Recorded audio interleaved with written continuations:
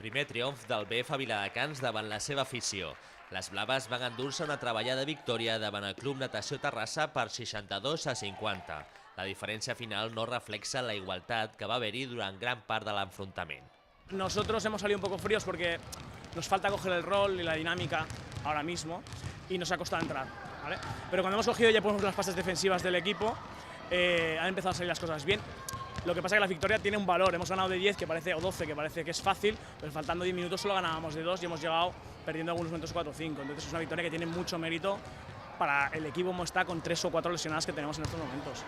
Les noies d'Enrique Rodríguez van trencar el partit al darrer quart quan van ajustar la defensa en zona i van afinar el tir exterior.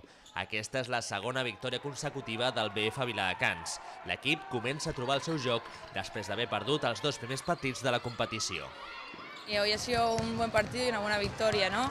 Para lo que es la dinámica en la que estamos entrando, positiva.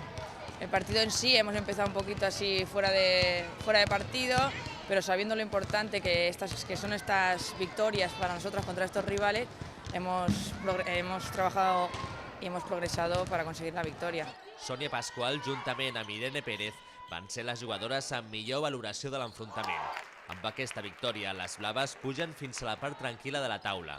La propera setmana tornaran a jugar davant l'altre equip de la cocapital del Vallès Occidental, el G Terrassa.